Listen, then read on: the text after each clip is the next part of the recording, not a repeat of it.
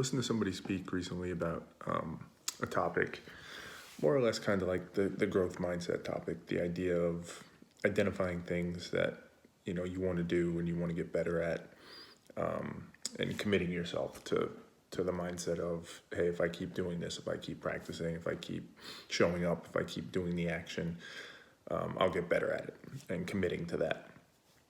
And the interesting take on that concept was, he compared it to compound interest. So the idea being that as you do the thing more, you start to build up, a balance, if you will, and it starts to build off of itself. So if you've done it for 2 or 3 days, like that's good. You're building a balance, there's something there. But when you do it for 30 days or 300 days, it's not like a linear growth, right? It's not just, okay, now you have that much more, right? 10 times more, 100 times more value. You have more than that, because the fact that you've been doing it for so many days adds an additional value to it, right? That's the compounding impact that you get. It starts to build on itself. I would argue it starts to prove to you, right, that this growth mindset concept, this compounding works, and that only engages it more and gets you to kick in more and do more to it. The benefits of it end up being greater. And the way he spoke about it was, if you miss a day, which I guess in these terms would be like a withdrawal, if you stop doing it for a period of time, you have to kind of build that back up. And I think of that very much through those same terms, or that psyche of, a lot of it comes back to like a form of mental toughness, right? You're doing something that for various reasons your mind perhaps doesn't want to do. It doesn't trust that you're actually going to get better at it. It doesn't think, right? It's always, it's challenging you that you're as good as you think you are. Maybe it's just a laziness you're trying to overcome, fears about different things. There's all sorts of reasons why your mind might want to stay in the status quo and stay safe. So having the mental toughness to do this activity and continue to do it, it's hard.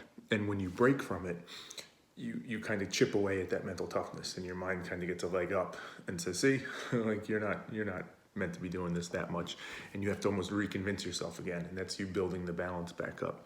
So I just thought that was a really interesting take on it, that I hadn't really thought of it in that way, and I think for me it just resonates really well, and it strikes a chord with me. And it made me think, I talk often about Brazilian Jiu-Jitsu again, because it's just something, it's one of the passions that I have.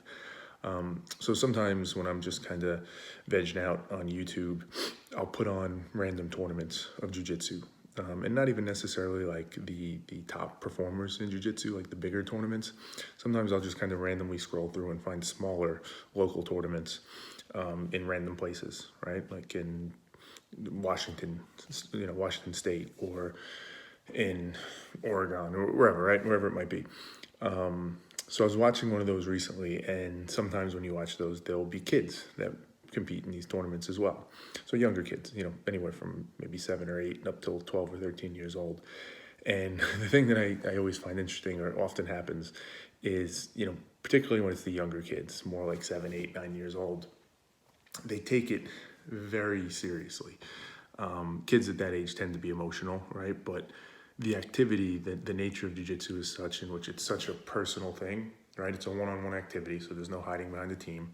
Typically, the way these tournaments work is there's lots of people watching, coaches, people you've trained with, so the expectations feel very high. Often there'll be, especially at that age, just family there, right? Your mom, your dad are watching you.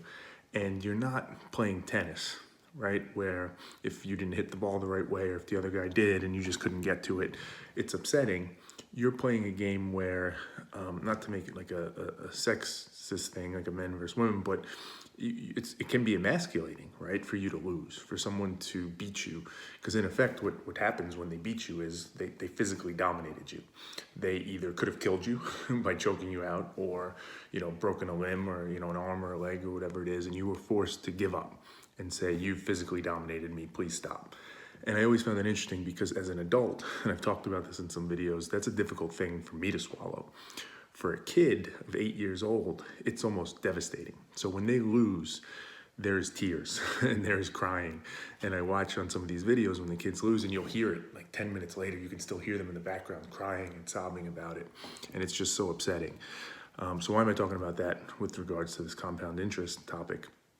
It made me think, when I was watching the video and I saw There was one particular kid who had 2 or 3 fights in the same tournament, which will often happen, and he lost every one of them. And after the first loss, he was devastated, hysterical crying. And then, the second fight he lost again, and etc. And as he kept losing, and I was watching him on the screen, you could see by the third fight, like, oh man, this kid's like, once I saw he was gonna lose, I was like, this kid's gonna lose it. Like his mind's gonna explode. He's just gonna totally melt down. And what I found myself thinking was, it's unfortunate because in so many ways, the fact that this kid even showed up to the tournament, was willing to get out there on the mat and do this for all the reasons that I just stated of why it can be such high stakes and high anxiety, he's already won. Like, he's already so far ahead of the game. And then add on to the fact that he did it 3 times today. After losing and just being devastated and crying, he got back on the mat and then back on the mat.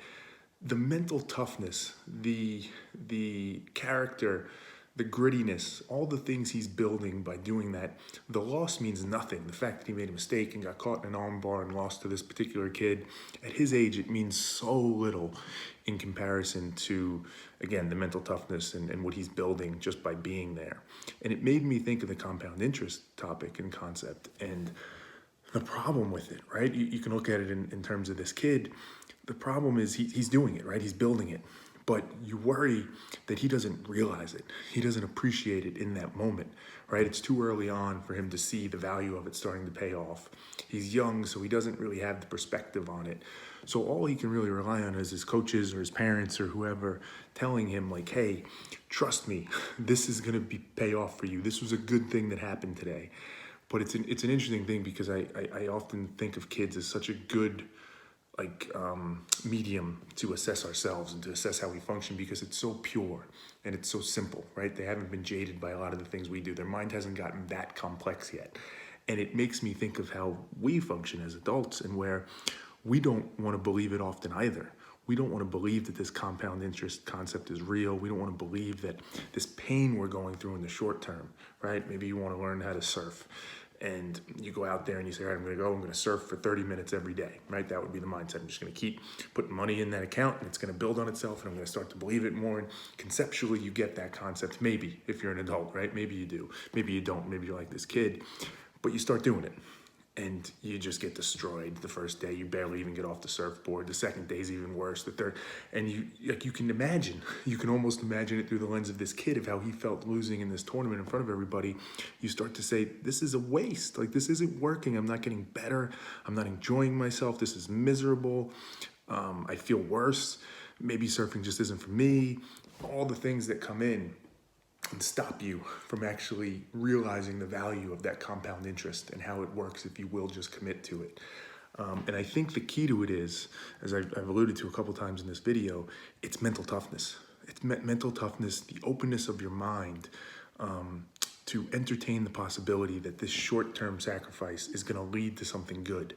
Believing that that could be true, and having the toughness and the willingness to go through this uncomfortable phase, to see it through, to allow it where it can pick up its own momentum and you start to see the results, and now that's what drives you forward. To get to that state, it takes such a degree of mental toughness, and it seems so simple, right? You've cliched thing before, if you want something, if you want to do it, just go for it, right? Just make a plan, make a schedule, and stick to it. It's simple. It's that simple. The hard part is the mental toughness. The hard part is actually having a mindset that will allow you to do it and see it through. So it's not the most common thing we think of when we talk about these videos and trying to think better and, try and improve upon your mind. Often we, think about it much more in a logical, rational sense, and trying to improve issues in society and people to communicate better. But oftentimes it's just for you too, and how you can, again, overcome the flaws of the mind. Some of those impact the way you communicate with other people. Some of those impact the way you just improve yourself and the quality of life you have.